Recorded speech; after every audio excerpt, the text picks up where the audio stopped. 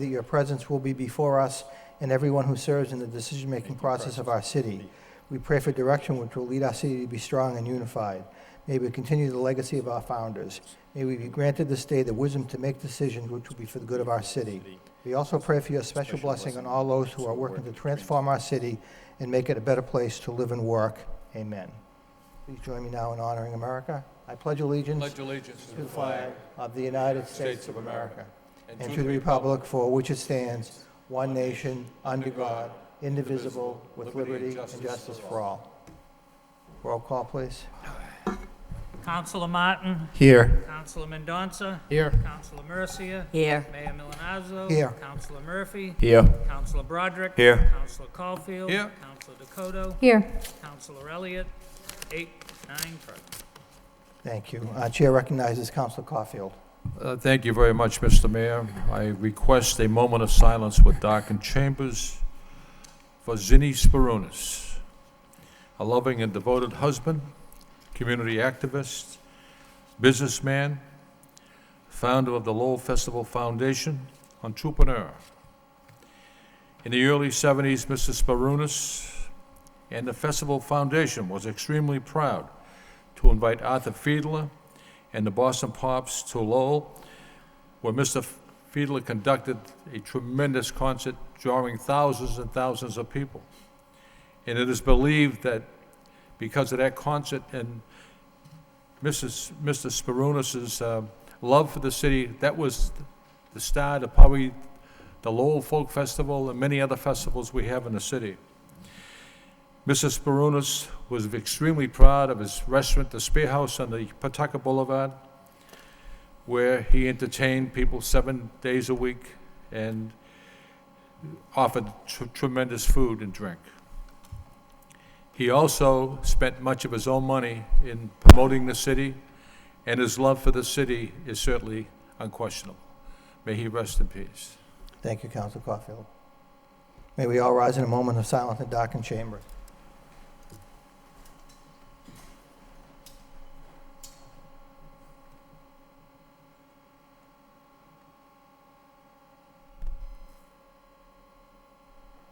May he rest in peace.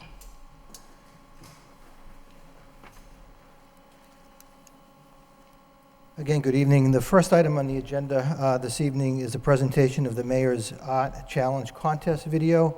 Let me begin by thanking Mark Ducey and Steve Brogan from LTC, who actually put the video presentation together. And let me just tell my colleagues that Massachusetts mayors were requested to submit a 2 to 3 minute video in which we speak about the role of the arts in our community. I've not seen this video, so it's being presented the first time this evening. As of October 12th, you'll be able to actually vote, I believe, over YouTube, I believe. You'll be able to actually vote. Currently, there are 12 communities in Massachusetts that have submitted videos, and we're hoping that when the voting ends, I believe it's October 26th, that the Lowell video will be one of the top 3, which then a panel down at the State House will actually review the 3 remaining videos, and then in January of 2011, the winning video will be showcased down at the State House. So again, my thanks to Steve Brogan and Mark Ducey, as well as Diane Bonatsky from the Mayor's office in helping us put this together. So without further ado, I guess I'll turn it over to Steve. Hi, I'm Mayor Jim Milanazzo. Welcome to Lowell, the cultural hub of the Merrimack Valley and the birthplace of the American Industrial Revolution.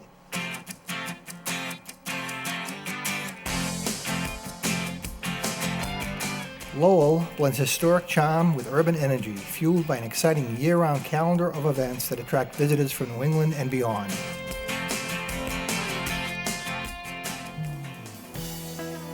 In Lowell, we're proud to enjoy a lively mix of downtown eateries that attract newcomers to the city and keep them coming back for more. You can dine in a different country every night of the week. Experience cuisine from the Mediterranean.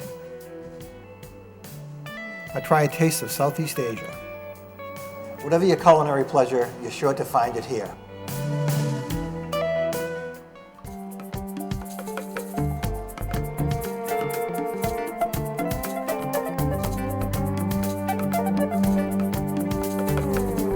me is Lowell resident and artist Bill Jarvis.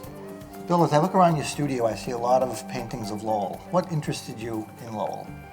Well, the buildings, somebody found some photographs of Lowell as it was during the Depression. I started painting buildings that were already gone, and people enjoyed watching them, and they were buying them. So that's how I started, and I continue painting Lowell How long have you been associated with the Brush Gallery? since the spring of 1985. That's wonderful. 25 and a half years. Oh, that's wonderful. Well, they're lucky to have you here. Well, I'm lucky to be here.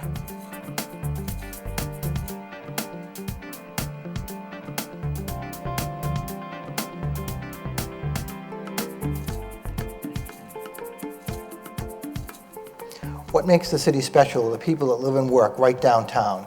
For nearly 200 years, Lowell has been home to such distinguished artists as James McNeill Whistler, poet Lucy Lockham, Betty Davis, and Jack Kerouac.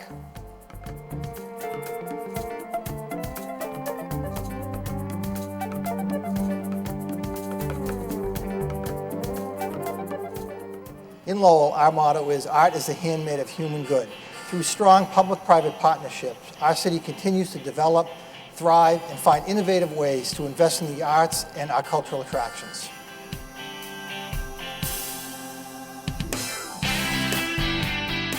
From poetry to parades, music to museums, ethnic festivals to international dining, visitors and residents experience a world of arts, culture, and cuisine in our city. It's a combination of our storied industrial past and our rich cultural traditions that I feel make Lowell truly alive, unique, and inspiring. I hope to see you here.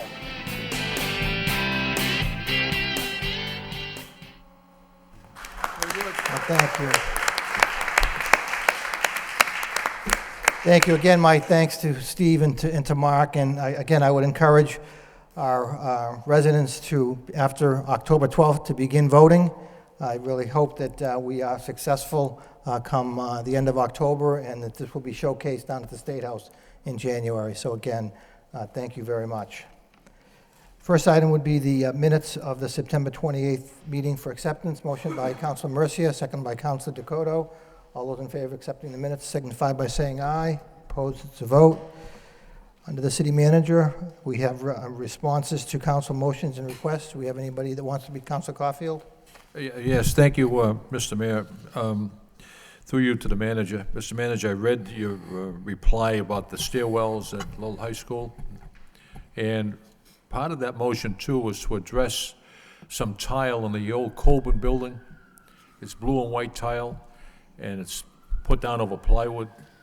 And there's two things wrong with what I see with this tile. First of all, the tile is horrible, and it's very dangerous. And I don't know where they bought the tile, but it doesn't, aesthetically does not add anything to the high school. So I think it's not an expensive fix, but I think it's a fix that should be addressed because it's a hazard. And if we had anyone visiting the high school, whether it be the Commissioner of Education and so forth, it just doesn't look great. So that was part of that motion. Thank you. Thank you, Councilor Caulfield. Councilor Martin? Thank you, Mr. Mayor. Also in the packet from the manager is a copy of the report on the Lowell Downtown Evolution Plan that was prepared, I guess, by the Lowell Plan and Jeff Speck. I know there was a presentation at the Lowell Plan annual meeting last week, and most of us were there. And I know there's quite a bit here to digest, and I'm sure it's going to take some time, but there are some short-term action items, I think, that at least I, for one, would like to pursue. I didn't want to jump the gun and start filing motions, but primarily tonight, I think it's important that we recognize the work of the Lowell Plan, the work of Jeff Speck, the work of the administration, in particular the Division in Planning and Development, who had a lot of input, at least into certain aspects of this plan, and I know certain folks over there work very hard on this. So there's a lot in here, I think, that's controversial, some less controversial, but I think Lowell's at its best when we're working to implement a plan. So I think this is a good discussion point for all of us, and I just really want to say thank you to everybody who had a hand in putting it together.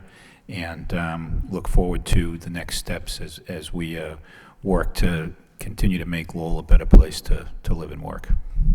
Council Caulfield, and I'll recognize the city. Thank you, Mr. Mayor. I agree wholeheartedly with Councilor Martin's analogy of the entire breakfast. Mr. Speck did a phenomenal job, but a lot of credit should go to the Lowell plan. Gary Campbell, Jimmy Cook, and along with Manager Lynch. It was well attended, but more importantly, Mr. Speck brought it forward. And he said, here it is. This is a plan. It's up to you to implement it. And as Councilor Martin indicated, the short-term plans, we're not talking a lot of money here. And the one-way streets, I think that's been a sore eye, a sore thumb for many, many, many years. And I think we should start addressing those short-term plans and let the Lowell plan and Mr. Speck know that we're serious about his plan. Okay, thank you. City Manager Lynch? Thank you, Mr. Mayor. And just to the council, Councilor Martin, Councilor Caulfield's comments, I certainly appreciate those, and I'll pass on the very kind comments regarding the Lowell plan and their continued commitment to the city when I meet with them again this Thursday morning at their monthly meeting. If you notice in the correspondence that we sent on, we are anxious to bring to the council through the Economic Development Subcommittee, or basically presenting the report again with some ideas regarding implementation. The administration is supportive of certainly the plan really in its entirety. I think there are some areas there that are going to take a considerable amount of time and resources, but the public commitment, or the commitment of public dollars, is relatively small, particularly for those short-term ideas, and we would like to move forward with those as quickly as possible. This time of year isn't necessarily the best time to do things like traffic changes, and obviously doing some of the painting of the street painting that will need to take place. There has to be some changes in some of the traffic signals, but we'd like to move forward with that probably in the spring, and we're working right now on a financing plan to do that. We are working cooperatively with the Lowell plan on the steps that will take place to implement this plan. So what I would like is if we could do a subcommittee meeting, Economic Development Subcommittee meeting, perhaps late October, early November, and then come forward with the action steps that need to take place so that we can move forward with the traffic issues and some of the public improvements in the spring, and also some of the zoning and permitting issues that we would need to put in place so that some of these private projects can move forward in the near future as well. Motion by Council Martin, second by Council Caulfield, to send the downtown evolution plan to the Economic Development Subcommittee. All those in favor signify by saying aye. Opposed to vote. Councilor Mendonça? Yes. Well, I was pleased to hear or read about a lot of these recommendations in here. There are a few that I question how practical they might be, but overall I'd like to see improvements by turning many of the one-ways to two-way streets where possible. I was actually kind of left questioning when there had been so much talk about Merrimack Street, why only a small piece of it was included so far. But I think this is just a starting point, and as we develop our own plan, that can certainly be slightly different from what's in this plan. I agree with the manager. It wouldn't make sense to just immediately change everything. We need to plan this out to a point in the year where it would make sense for painting new lines and that sort of thing. But that does give us time over the next few months to get some recommendations and understand what could be done in the near term and how much it will cost. Where there are traffic signals that may need to be changed or added, there's going to be some cost there in the reprogramming and installation of those.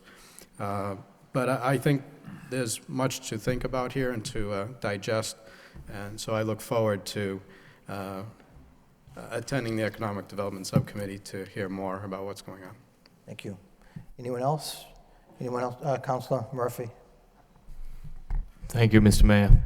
I'll save my comments about the plan for that subcommittee, but in sort of to put it into a broader context, just to comment on the response that we got back in the packets this week about a motion I made that had to do with the construction of bus shelters, a bus shelter system here in the city, as well as bike racks and surrounding transit overlay districts.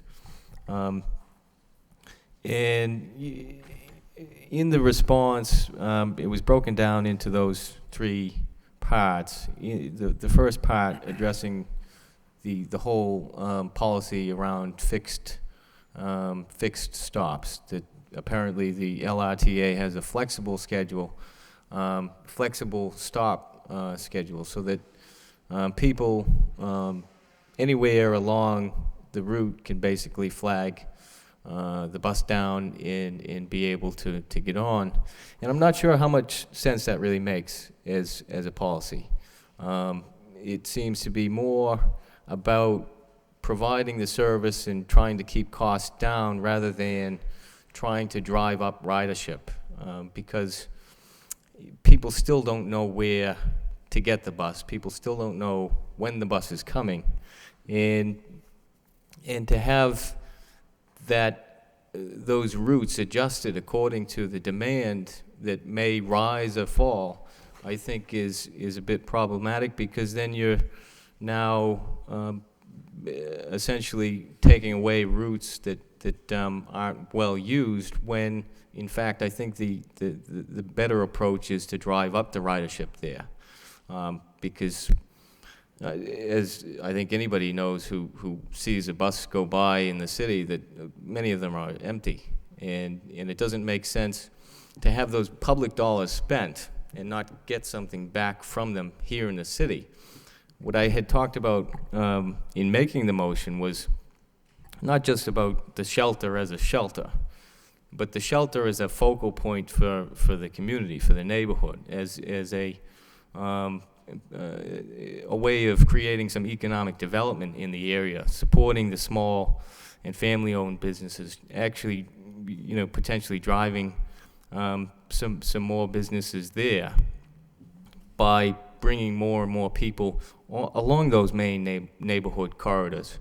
But also in terms of community, I think it's the wrong idea, that essentially you're taking the model of the motorist model, saying we'll pick you up wherever you're going to be, rather than having people come to one place, and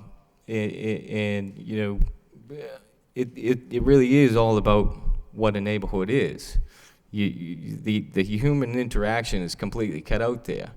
But more than that, you're not getting the environmental benefit, because you're making many more stops. And in my opinion, you're driving down ridership. So you have less and less people per bus. So I guess my question is really, is this more of an information, through you, Mr. Mayor, to the manager, is this really more informational about the policy itself, or is this something that's supported and endorsed by the administration? It's more informational. I wouldn't say that the administration has a position one way or the other at this point in time. I actually like the idea of putting some shelters out there as a means of sort of using the shelters as a means of publicizing that there is a transportation system, that people can go to that shelter or that location and pick up the bus. I do think that there is some value, however, with the LRTA's policy, that you can just flag one down as well. I don't think they're mutually exclusive. I think you can have both systems in place, and I think that having shelters that are out there within the neighborhoods do give the opportunities for neighborhood identity. It's gathering points for people from that area to come together to take the bus, to publicize the fact that there is bus service. The LRTA does not have funding for these shelters, but Adam Bakey and I have discussed locating other funds to move forward with the shelter, and that isn't picked up in this report, and I apologize for that. Perhaps it would be, if I may, this was designed more for the idea of getting information to you on what the LRTA's current program is, and why they wouldn't be able to necessarily do the shelters. But I think some follow-up work with this to the council might be useful to address the issues that you've raised. I think that would be helpful, because I think, you know, maybe not through the LRTA, because it has a very specific, I think, funding mechanism, but there may be grants out there through transit-oriented development through the state that might support something like this. And of course, you know, the transit overlay district doesn't make sense if you don't have a fixed Exactly. stop. Right. But the third part of it really, about the bike racks, that says essentially that there is a plan in place to put bike racks downtown, Right. and also in the garages. And I think I've brought this up before, but I guess the question there would be, why not also these neighborhood centers? Because I think it gives the impression that that they aren't places that people would want to go, that they are merely, you know, points of departure rather than destinations themselves. And if you do have more of this type of thing, whether it be bike racks or bus shelters, the two together, which is what I recommend, that you're giving the impression now that these are places, unique places, which they are, for people to go. And I think it really helps not only those neighborhoods, but the downtown as well. The idea that the streets, and particularly after this spec plan, are two-way, and that they can both support each other economically. So I think that would be something else to look at. Absolutely. Thank you. Okay, thank you. Anyone, Councilor Martin? Thank you, Mr. Mayor. This is on a different topic, on a different communication, but there's a memo in the packet in response to Councilor Broderick's motion about street repairs on Woburn Street, part of the South Lowell Belvedere water main replacement project. And I've had some inquiries from people on Andrews Street, and this says Andrews Street's in the worst shape of all of these, and it's going to have more significant repair work. But the question I got was about sidewalks, so I'm not sure sidewalks are in line for this improvement. Do we know if that's the case or not? I don't believe they are. Like other areas of the city in which we're doing water and wastewater work, the money that we have available to do that work is coming through the state revolving fund for those improvements, and certain costs are not eligible. We are able to squeeze out curb-to-curb paving, but not sidewalk construction. Okay, all right, thank you. Anyone else on motions, responses? Hearing none, motion by Councilor Mercia, seconded by Councilor Dakota, to accept the communications placed on file. All those in favor signify by saying aye. Opposed is a vote. Next item, under City Manager, appointment of John Lawler to Council on Aging.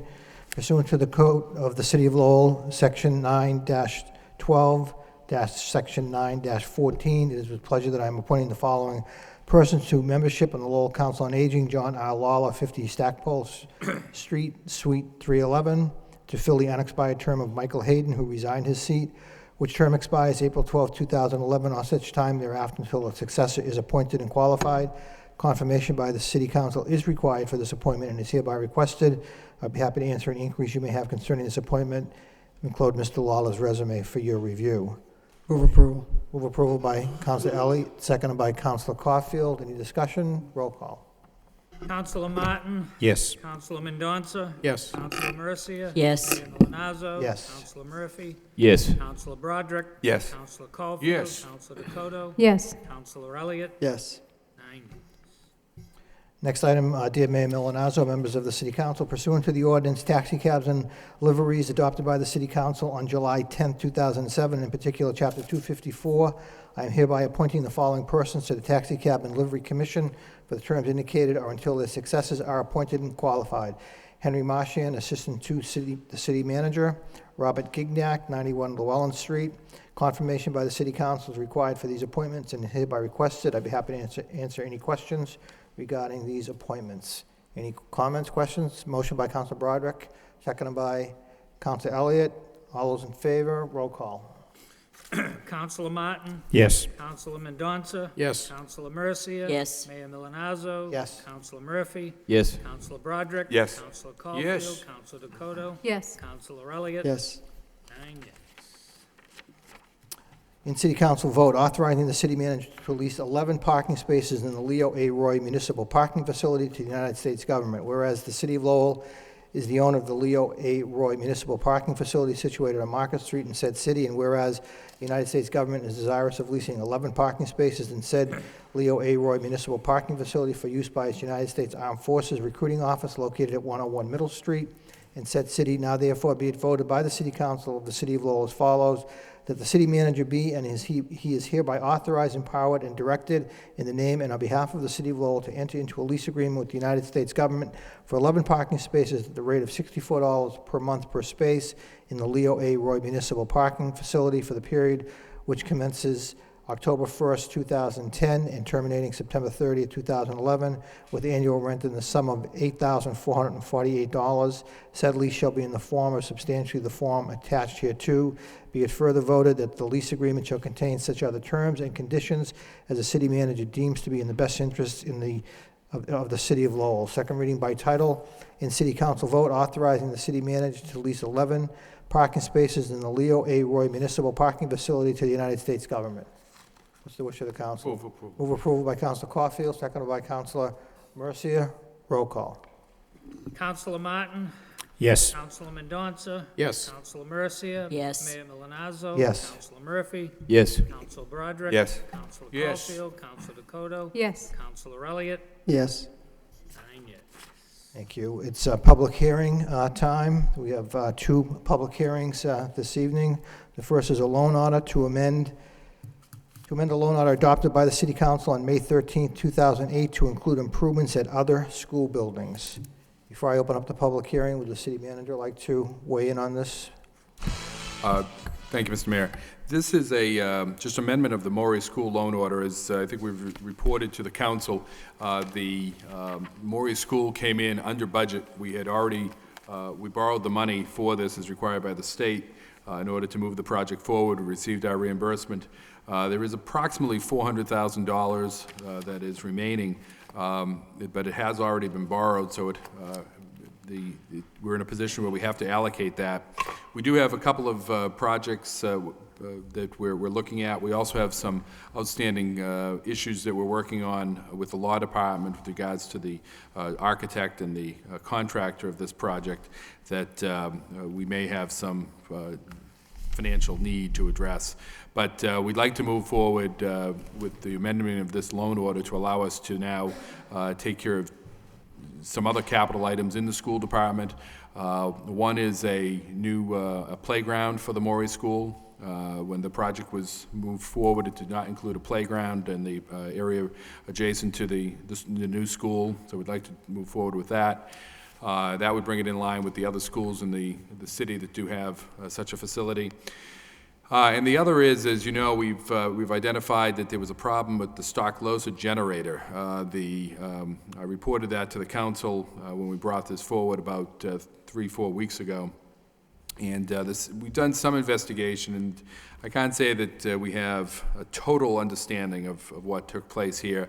As you know, that school is about 5 years old, 5 or 6 years old, and the generator, when it was installed there, apparently did have some issues, and it should have been, some action should have been taken at that time while it was still under warranty, but in fact, it was, that did not occur. There was servicing that was done by the electricians and the outside vendors. The company that produced the generator has gone out of business, so we don't have any claim possible against them. But in any event, we do have a need for a generator at that facility, and it makes more sense to simply move forward to acquire a new generator, and that has a cost of about $90,000. So that's where we are with this. As I say, we have outstanding capital needs in the schools, certainly, that we'd like to be able to move forward on, assuming that there is money available after everything is closed out on the litigation that's still out there. Thank you, Mr. Manager. What I'd like to do is open up the hearing, and then we'll obviously entertain comments from the council. I'd like to open up the hearing for all those wishing to speak in favor. In favor, name and address, please. Mr. Mayor, members of the council, Mr. Manager, staff, my name is Mark Goldman, 58 Oakland Street, Lowell, Mass. Wish to be recording paper of this loaner. It's important to take care of the issues regarding the stuff close to school and the playground at the Maury School. Thank you. Thank you, Mr. Goldman. Anyone else wishing to speak in favor? In favor. That portion of the public hearing is closed. Anyone wishing to speak in opposition? In opposition. Public hearing is closed. What's the wish of the council? Councilor Martin. I move approval. My question was, I think the council should get a report back on what the money's going to be allocated to. Okay, thank you. Councilor Mercia. Thank you, Mr. Mayor. Having brought this issue up for quite some time now, we knew that this money had an overage of $350,000 to the point where 9 schools were going to be, refurbished with improvements. Having said that, I received a number of calls from teachers and parents from the Butler School. They're telling me that there's poor ventilation system there.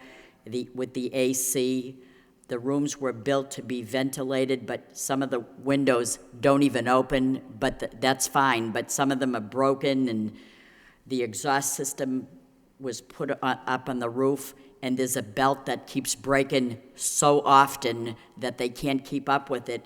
There are major problems there for the past, I don't know, they told me 20 years. I didn't think the school was that old, but the past quite a few years. And they said that if there's any extra money left over, could they please look into the problems with the ventilation system at the Butler School. Having said that, you would think that they would call a school committee or whatever, but they don't, because it's our side. It's our side that supports the fixing of this. So they called the city council to see what we could do with that. It's an issue that I think should be addressed. I know there's 9 schools here that's important, but this is an issue, and I thought I'd bring it up at this time. Thank you. Councilor Caulfield. Thank you, Mr. Mayor. It's certainly good news when we learn that the school come $350,000 under budget, and we're able to spend that money to address other concerns in other schools. The sad thing, Mr. Manager, and I don't know who you point a finger at. I'm not pointing fingers. But the generator at the Stockloza School, that is sad. $90,000 for a generator that probably never, ever worked properly the first day it was installed. And why we had people just overlook that and just don't even address it. It could have been under warranty. The contractor, the architect, someone should have been held responsible. And I don't mind spending money for a playground at the Maury School or addressing other needs at other schools, but we already spent $90,000 for that generator, and we're going to have to do it again. And that is a shame. And I just have to vent my anger over that. It's that $90,000 we could spend at Lowell High School addressing those floors. So. And it's not even a diesel generator, it's a gasoline generator. And I spoke to people who know about that generator that said it never, ever worked properly. And I believe there was a vendor that was supposed to service the generator, and they didn't do the job. They just didn't do it. And somebody dropped the ball. Someone dropped the ball. I'm going to support this, but I'd rather spend the $90,000 on something else rather than another generator that we already paid for. Thank you. Thank you. Manager Lynch. If I may, Mr. Mayor, Councilor Caulfield, I couldn't agree with you more. As I said, the background information that I received on this was that it never operated properly, and it should have been replaced immediately. A claim should have been put in back in 2005, 2006, when it was put in place. You know, I know that when I came on in the summer of 2006, the school was already there, was in place. Apparently, the problem existed at that time, and it was unbeknownst to this council, unbeknownst to me, and unfortunately, it is a sad situation that we have to spend the money in this way. I'd rather be spending that money in another way. But we do want to get it fixed permanently, and move on from there. With regards to the Butler School, we're going to check to see if that HVAC, those HVAC issues are addressed in the Amoresco project, because that a big part of the Amoresco is dealing with the heating, ventilation systems, and that hopefully will address that issue. Thank you. Councilor Dakota? Thank you very much, Mr. Mayor. City Manager, through the Mayor. I would like to agree with Councilor Caulfield's comments, and I would like to ask you if there is currently a citywide strategy for managing warranties on equipment. That is being handled through Land and Buildings and DPW, and that, of course, there is an opening right now in that department, but that is where that would take place, is through that division. And you know, how good a system is in place, I would have to inquire as to what type of systems we have. Okay, thank you. You can do that then for us? Absolutely. Thank you. Councilor Elliott? Thank you, Mr. Mayor. I do think it's important to let the people at home know, you know, what steps did we take between the construction of the Stocklosa School and the construction of the Morey School. And the most significant difference is that the city spent some extra money in hiring an independent project manager for the Morey School. And lo and behold, we saved $350,000. And unfortunately, I'm going to support this $90,000 because it's a safety issue for the kids at that school with the backup generator. But that is the difference. And at the time, you know, it was more money, but we felt it was important to make sure that school was built, that we didn't go through the nightmare that we went through with the Stocklosa School. And the difference, in my opinion, is hiring that independent project engineer to do that. So I think that's the most significant step that we can tell taxpayers at home, that lesson learned from the Stocklosa School, and the evidence or the result is this savings. So thank you. I appreciate it. I'm going to support this, but you know, moving forward, you know, what can we do? The manager indicated the company's out of business, and the city did pursue every legal avenue that we could possibly look into in trying to go after that construction company at Stocklosa School. But moving forward, I think that was the right thing to do. And should we do anything further, that's the right way to go. Thank you. Manager Lynch? I just want to, thank Councilor Elliott for making those points, because I think they're right on target. That there were, as everyone knows, a number of issues with the Stocklosa School that the city ran into problems with, and it ended up in quite a bit of litigation. Just not a good situation for the city. But with the Morey, we did move forward in a much more effective manner in terms of how we were going to manage that project. And we came in on time, under budget, and in very good quality. So I think that Councilor Elliott's right on target with that. That it's the way you manage projects that really make a difference in the end results. So thank you. Thank you. We have a motion by Councilor Martin, a second by Councilor Mendonça to approve the amended loan order. Any further discussion? Roll call. Councilor Martin? Yes. Councilor Mendonça? Yes. Councilor Mercia? Yes. Mayor Milanazzo? Yes. Councilor Murphy? Yes. Councilor Broderick? Yes. Councilor Caulfield? Yes. Councilor Dakota? Yes. Mayor. Councilor Elliott? Yes. 9 yes. Councilor Caulfield? Thank you, Mr. Mayor. I neglected to let the viewing audience at home know, we are not going out for another loan. Right. We're just amending the loan so we could spend that $350,000 On that other- is not spent on the Morey School. Correct. So we're not going out for another loan. Thank you. Next public hearing, we have from Comcast, we have conduit locations on Middlesex Street, 88 Prescott Street, and George and Warren Streets. Open up the public hearing for anyone wishing to speak in favor. In favor? Are you from Comcast, sir? Yes, please approach the podium. Thank you. Thank you, Mr. Mayor, members of the council, city council. We're looking to extend the Comcast service to these 3 various locations. One is on Middlesex Street, heading towards the newly named Canal Street. That's going to directly affect the new project on the Hamilton Canal project. So we're going to upgrade our system and be able to provide them with service over at that location.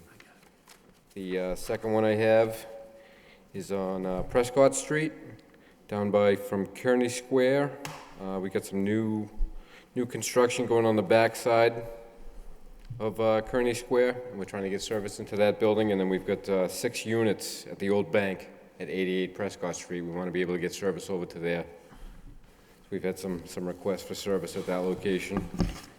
And the last one is 21 George Street, the large building with all the glass right on the corner. They're looking for our service, and we'd like to put a conduit system in over there too. Great. Thank you very much. All right, thank you. Anyone else wishing to speak in favor? In favor, that portion of the public hearing is closed. Anyone wishing to speak in opposition? In opposition, public hearing is closed. Motion to refer to the wire inspector by Councilor Broderick, seconded by Councilor Dakota.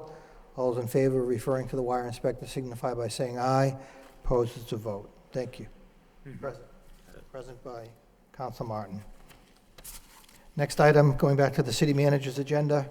In City Council order pursuant to Chapter 266 of the Code of Ordinances, City of Lowell, concerning Section 266-6 thereof entitled Temporary Experimental Regulations, Temporary Traffic Regulations are hereby implemented for a period of 60 days.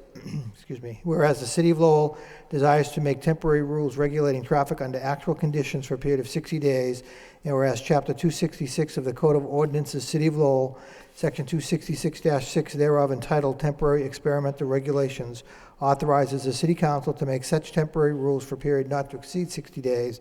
Now therefore be it ordered, adjudged, and decreed by the City Council of the City of Lowell as follows. Effective immediately for a period of 60 days thereafter, the following temporary traffic regulations shall be implemented. Section 266-55, parking for handicapped person, is hereby amended by adding the following. Bolio Street, 78-80, northerly side, beginning at a point 20 feet west of the westerly curb line of Victor Street, running westerly a distance of 20 feet. Second reading by title. In City Council order pursuant to Chapter 266 of the Code of Ordinances, City of Lowell, concerning Section 266-6 thereof entitled Temporary Experimental Regulations, Temporary Traffic Regulations are hereby implemented for a period of 60 days. What's the wish of the council? Move approved by Councilor Elliott, seconded by Councilor Broderick. Any discussion? Roll call. Councilor Martin? Yes. Councilor Mendonça? Yes. Councilor Mercia? Yes. Mayor Milonazo? Yes. Councilor Murphy? Yes. Councilor Broderick? Yes. Councilor Yes. Caulfield? Councilor Dakota? Yes. Councilor Elliott? Yes. 9 yeas. Thank you. In City Council vote, authorizing the City Council to ratify and approve the execution by the City Manager of the Memorandum of Understanding between the City of Lowell and Traffic Supervisors, the Association, covering the period July 1st, 2007 through June 30th, 2010. Whereas in accordance with the Massachusetts General Laws, Chapter 150B, Section 7B, a memorandum of understanding between the City of Lowell and Traffic Supervisors, the Association, covering the period July 1st, 2007 through June 30th, 2010, has been reached by the City of Lowell, acting through its city manager as the collective bargaining representative and traffic supervisors, which agreement covers the items negotiated over the past few months, of which are outlined in the attached agreement. And whereas said agreement covers the period from July 1st, 2007 through June 30th, 2010, and whereas the funds necessary to cover the cost of this agreement through fiscal year 2010 were included in the budget for fiscal year 2011, and no new funds need be appropriated, and whereas the city manager requests and recommends approval of said agreement, now therefore be it voted by the City Council of the City of Lowell as follows, that the City Council of the City of Lowell hereby ratifies and approves the execution by the City Manager of the City of Lowell of the Memorandum of Understanding between the City of Lowell and the Lowell Traffic Supervisors Association. The association covering the period July 1st, 2007 through June 30th, 2010, the terms of which are outlined in the attached Memorandum of Understanding, and further authorize the expenditure of funds for this agreement. Second reading by title and city council vote, authorizing the city council to ratify and approve the execution by the city manager of the memorandum of understanding between the city of Lowell and traffic supervisors, the association, covering the period July 1st, 2007 through June 30th, 2010. What's the wish of the council? Move for approval by Council Broderick. I'll move approval. I just have a quick question, Mr. Manager. Okay, Mr. second Mayor. by Council Elliott. Chair recognizes I Council just want Elliott. to know, I'm sure it's a small contract, but what the cost is of this. Absolutely. The contract is similar to the contract that was recently approved for the members of SEIU. That was the 6%, no retroactive going back to 2007. It starts from the date of approval by the body. It's a total cost for this contract is $8,500. There are 26 members in that union, and that's the amount for fiscal year 11. 0% from 7 to 8, 0% from 8 to 9, 0% from 9 to 10. Right. Okay. Thank you. And they do approve the, moving forward with the biweekly payroll, working with them on that. They are not eligible for health insurance, so that provision regarding the PPO that we've had in other contracts that will be coming up in the next one that we talk about isn't relevant. Thank you. Any other questions? Roll call. Councilor Martin? Yes. Councilor Mendonça? Yes. Councilor Mercia? Yes. Mayor Milonazo? Yes. Councilor Murphy? Yes. Councilor Broderick? Yes. Councilor Caulfield? Yes. Councilor Dakota? Yes. Councilor Elliott? Yes. 9 yeas.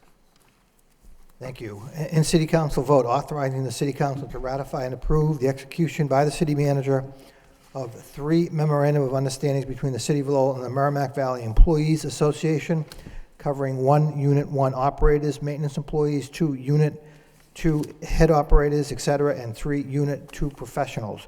Whereas in accordance with the Massachusetts General Laws, Chapter 150B, Section 7B, 3 memorandums of understandings will be executed by the City of Lowell, acting through its city manager as the collective bargaining representative, and Merrimack Valley Employees Association, which agreements cover employees of Lowell Regional Wastewater Utility. 1 Unit 1 operators, maintenance employees, 2 Unit 2 head operators, etc., and 3 Unit 2 professionals. And whereas said agreements cover the period from July 1st, 2007 through June 30th, 2010, and whereas the funds necessary to cover the cost of these agreements through fiscal year 2010 were included in the budget for fiscal year 2011, and no new funds need be appropriated, and whereas it is necessary that the City Council approve the expenditure of the funds pursuant to the 3 memorandum of understandings between the City of Lowell and the Merrimack Valley Employees Association, covering 1 Unit 1 operators, maintenance employees, 2 Unit 2 head operators, etc., and 3 Unit 2 professionals, and whereas the city manager requests and recommends approval of said agreements, now therefore be it voted by the City Council of the City of Lowell as follows, that the City Council of the City of Lowell hereby ratifies and approves the execution by the city manager of the City of Lowell of the memorandum of understandings between the City of Lowell and the Merrimack Valley Employees Association, which agreements covers employees of the Lowell Regional Wastewater Utility. 1 Unit 1 operators, maintenance employees, 2 Unit 2 head operators, etc., and 3 Unit 2 professionals, covering the period July 1st, 2007 through June 30th, 2010, the terms of which are outlined in the attached memorandum of understanding, and further authorize the expenditure of funds for this agreement. Second reading by title and city council vote, authorizing the city council to ratify and approve the execution by the city manager of 3 memorandum of understanding agreements between the City of Lowell and the Merrimack Valley Employees Association, covering 1 Unit 1 operators, maintenance employees, 2 Unit 2 head operators, etc., and 3 Unit 2 professionals. What's the wish of the council? Move approval by Council Martin, seconded by Councilor Broderick. Any discussion? Councilor Elliott? Again, just to caution this, Mr. Manager, and then I do have a follow-up question. Sure. The cost for this for fiscal year 11 is $84,000.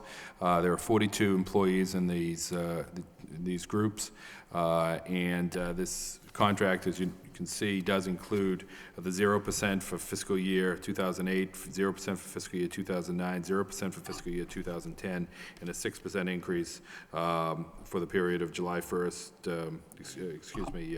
when this goes into effect. It does include the biweekly payroll and also includes putting in place the PPO.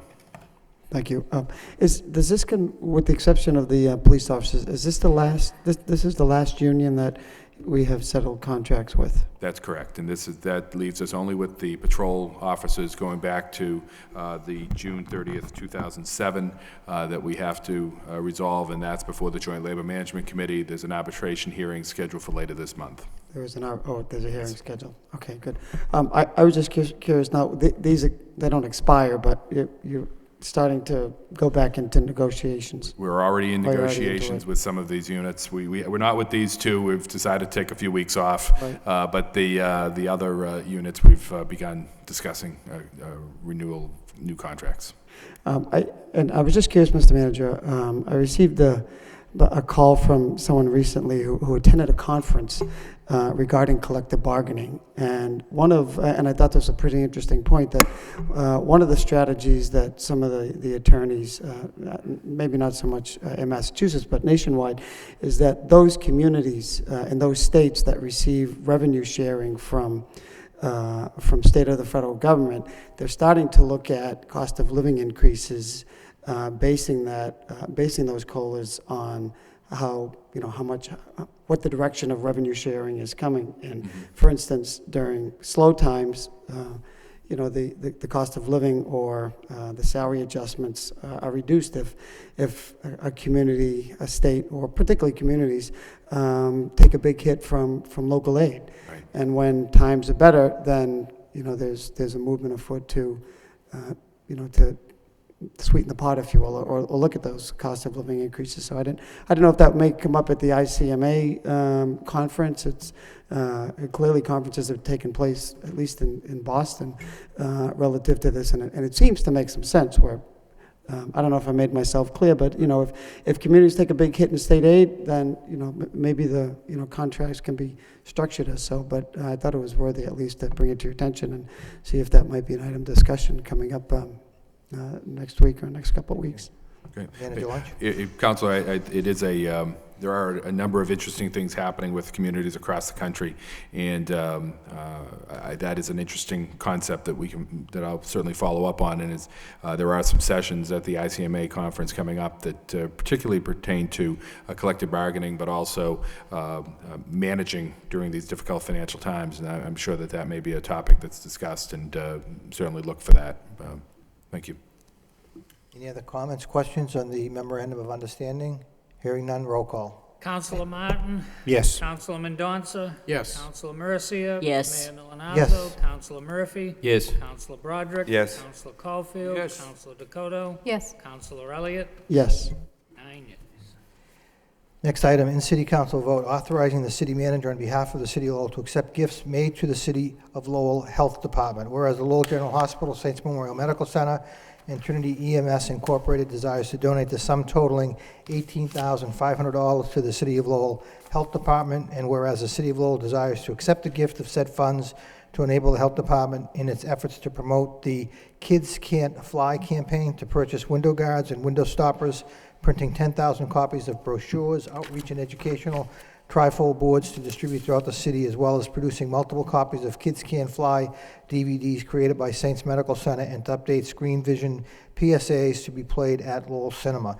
Now therefore be it voted that the city manager be and he is hereby authorized in the name of the City of Lowell to accept gifts in the amount of $18,500 for the express purpose of promoting the Kids Can't Fly campaign by purchasing window guards and window stoppers, printing 10,000 copies of brochures, outreach and educational trifold boards to distribute throughout the city, as well as producing multiple copies of Kids Can't Fly DVDs created by Saints Medical Center to distribute throughout the community, and to update screen vision PSAs to be played at Lowell Cinema pursuant to Massachusetts General Laws, Chapter 44, Section 53A.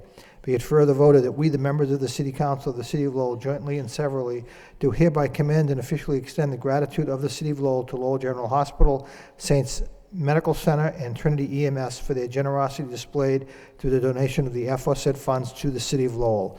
Second reading by title. In City Council vote authorizing the City Manager on behalf of the City of Lowell to accept gifts made to the City of Lowell Health Department. Mr. Mayor. Motion to approve by Council Caulfield, second by Council Elliott. Thank you, Mr. Mayor. This is an excellent program. Kids Can't Fly, and it's going to address children that probably living on the second and third floor apartment buildings and so forth. But Lowell General Hospital, Saints Medical Center, and Trinity EMS. Mr. Manager, please send them a large thank you for this generous donation.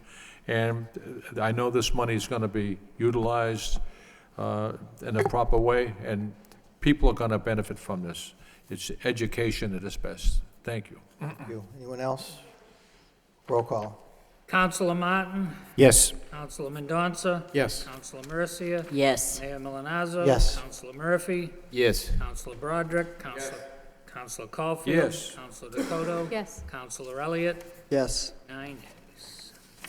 Last item under the city manager's portion of the agenda, vote in city council order that the electricity and natural gas utility accounts for the school department be transferred to the city of Lowell operating budget, ordered by the city council of the city of Lowell as follows, that the amount of $4,675,000 be transferred from building operation utilities electrical fund number 99347112575-201 in the amount of $2,475,000.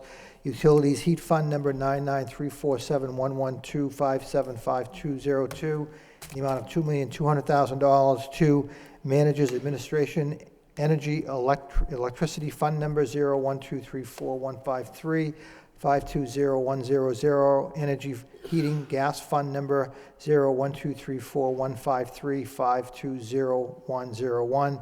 Order recommended and introduced by Bernard F. Lynch, city manager. Mr. Mayor. Excuse me, second reading by title. In city council order that the electricity and natural gas utility accounts for the school department be transferred to the city of Lowell operating budget, ordered by the city council of the city of Lowell as follows, that the amount of $4,675,000 be transferred. Councilor Caulfield and Councilor. Thank you, Mr. Mayor. Through you to the manager. We're just transferring this money from the school department to the city account, and we're going to be paying the heating and electricity? That's correct. Okay, I just want to let the viewing audience know that we're not taking $4,600,000 from the school department, and they have no way of paying the heat and electricity. That's correct. Thank you. Councilor Elliott? No? All set. Anybody else?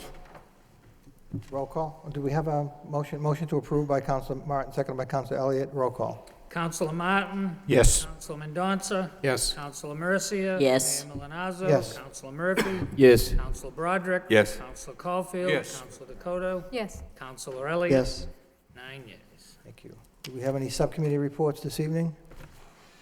Mr. Mayor? Yes, I don't have a Councilor Costa. subcommittee report to bring forward, but Councilor Dakota is requesting a public safety subcommittee meeting on Tuesday, October 19th at 5 p.m. to address public safety issues in the city. That's October 19th at 5 p.m. Yes. Public safety. Okay, thank you. Councilor Elliott? I think under the open meeting law, we have to be Yeah, you have to make specific You as to, can't do that. as I to thought what. you had to make a motion first and then refer it to the subcommittee, because that's what I did one year, and I got my head handed to me because I wanted to have a subcommittee meeting on a particular issue. Maybe You have next to week make you a can motion yeah. first and I'll then bring refer in a motion it. then Okay, next week. Tuesday. Okay, thank you. Thank you. Under wire inspector, light tower fiber optic installation of conduit on Middle Street. Accept the communication and accompanying order by Councilor Mendonça, seconded by Councilor Broderick. All those in favor signify by saying aye. Opposed, it's a vote. Moving on to the motions. First motion by Councilor Dakota. City Council requests the city manager provide update on legacy costs, including full breakdown of funding requirements. Seconded by Councilor Caulfield. Councilor Dakota. Thank you, Mr. Mayor. So this is a fact-finding mission for me and also for the rest of the city council and the taxpayers in the city to understand what legacy costs are. There's some rumors as to what they are, but I'd like to see a full scope of what they are, what the funding requirements are. I understand that the state controls some of those things. We control some of those things. So I would like to have a better understanding of what all our future obligations are as we're talking about our new union contracts and budgets. So that's the purpose of this motion. Thank you. Thank you. Any other comments? All those in favor of the motion, please signify by saying aye. Opposed, the vote. Next motion by Council Caulfield. City Council requests the city manager have the proper department address the traffic concerns at the Hellenic School at the corner of Broadway Street and Dummer Street. Seconded by Council Mercia. Council Caulfield. Thank you very much, Mr. Mayor. I met with Mr. Anderson, who was in attendance. Mr. Anderson is the principal of the Hellenic American Academy, and the Hellenic American Academy has been at that location at the corner of Dummer and Broadway Streets for over 100 years. It's an excellent educational facility. As you know, Mr. Mayor, they have expanded the school. And Mr. Anderson, in my communication with him, has indicated that there are some concerns, traffic and safety issues. I've had parents and grandparents also call me to bring something forward. I gave to Manager Lynch a litany of things that Mr. Anderson has brought forward, and the Manager Lynch has that information. If I may, if I suspend the rules to allow Mr. Anderson to come to the podium. Motion by Council Caulfield, seconded by Council Mercia, that we suspend the rules. All those in favor of suspension, please signify by saying aye. Opposed to the vote. The chair welcomes Mr. Anderson to the podium. And I did, by the way, the other day driving by the Hellenic School, actually see Mr. Anderson outside, actually setting up the safety. Yes. Well, good evening, signs everyone, at and the thank you for traffic. the opportunity of speaking before Mr. Mayor, Mr. Lynch, and Council. We are part of the historical block that is bordered by Dummer Street, Broadway, and Worthen. My number one concern is that Worthen Street, a very narrow one-way street from Market Street to Broadway, but especially the area from Whistler House and National Grid to the corner, which the school occupies, our playground area, our rear parking area, that on the left-hand side, there is a snow emergency from 7 at night till 8 in the morning. However, when snow falls and it is plowed to the left, it narrows the street that a fire truck, engine 3, could not make it down that street. In the event that we had an emergency, that a fire truck or other emergency apparatus needed to make the turn in there, they could not do it. Trash trucks cannot make it down there, recycling. There are 8 to 10 spaces, just depending on the size of the vehicles that park there, from National Grid's driveway to Broadway Street. I'm asking that no parking be allowed on either side of the street. On the right, there is none. There is a flasher indicating school zone. On Broadway Street, I am asking that school and yield be painted on the street to indicate our crosswalk that crosses in front of the school across to the area between the Dutton Street apartments and Macheras. Parents very often pulled in Mr. Macheras' lot and allow children to go there. We attend Holy Trinity for a number of parochial and religious holidays. The crosswalk to the right on Dummer Street, I am asking for the same thing, that school and yield be painted on the street. And that area does not have a school flashing zone. On Broadway, going north towards the north on Broadway, there is a flasher right at the corner of Worthen Street and Broadway. Often a car will park there or a vehicle will park there that blocks access of cars going left. They can't see properly.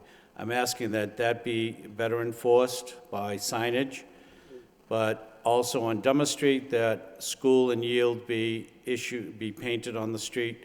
There is no flasher on that side. That is a fire exit emergency from the Cultural Center onto Dummer Street towards the Demoulas parking lot. The other area I'm asking, that southbound on Broadway, just before Macheras, there was originally, when I first came there 4 years ago, a flasher, but because they have taken down, it's a historical site, that there is no longer a yellow flasher for school zone. There is no longer a school zone or yield.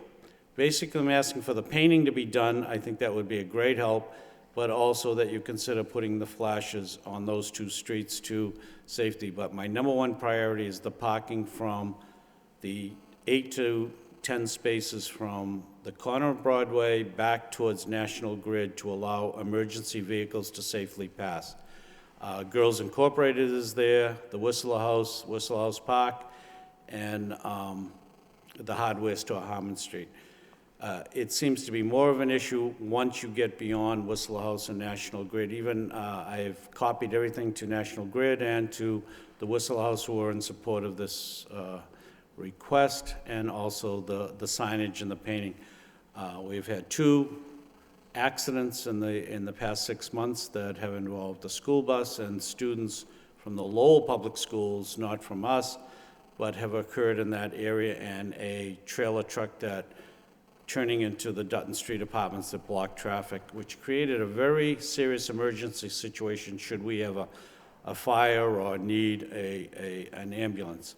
I seek this on behalf of the children. I only have one job there. It's keep the kids safe.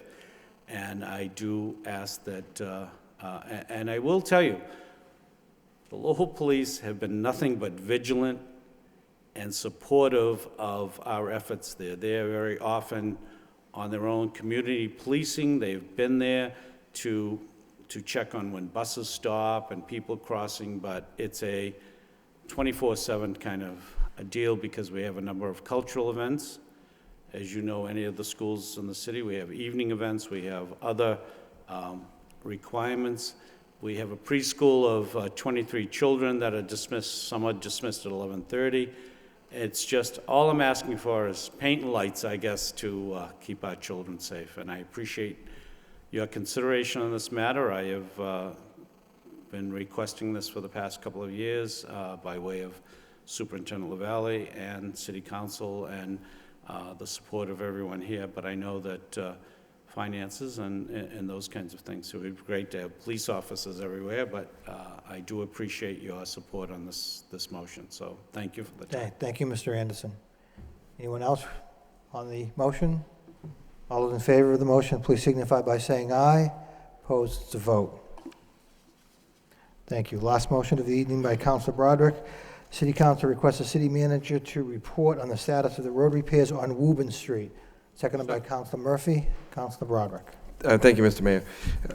Mr. Manager, through you, Mr. Mayor, thank you for the report from Dan Lahiff relative to repairs made in the area over in South Lowell. We've all received some emails about gas, and those things are being addressed, I think, as best we can. So I appreciate that. The last part of this, or last issue, I think, is the state of the condition of the road. Woburn Street is horrible. I have occasion to drive down it, and it's very difficult to drive down the street and pick a location, or I guess a path that you won't have your teeth jarred by driving down the street. It's a very, very busy street. To me, it just seems insane. I know they're filling it in, it's not a final coat. I assume it's a contractor, but it just, I thought, like, geez, okay, this is just a bad week. They must have been out here, and then it's been week after week. I don't typically file these types of motions, but it just seems to me that it's, it's in very, very bad condition, and that if there's something that can be done, the contract, I mean, there's grooves or holes inside where they patched. It really, to me, was deplorable. And I don't like to complain about these things, but I think if they can do something to patch it up a little bit better for the winter, it's going to probably deteriorate even more with winter conditions. I do understand the final coat's going to be in spring, but it just seems to me that it's in terrible shape right now. Thank you. Thank you, Councilor Broderick. Anyone else on the motion? All those in favor of the motion, please signify by saying aye. Fine. Opposed, it's a vote. Thank you. Anything else to come before the council this evening? Motion by Councilor Martin, second by Councilor Elliott. We stand adjourned. Thank you.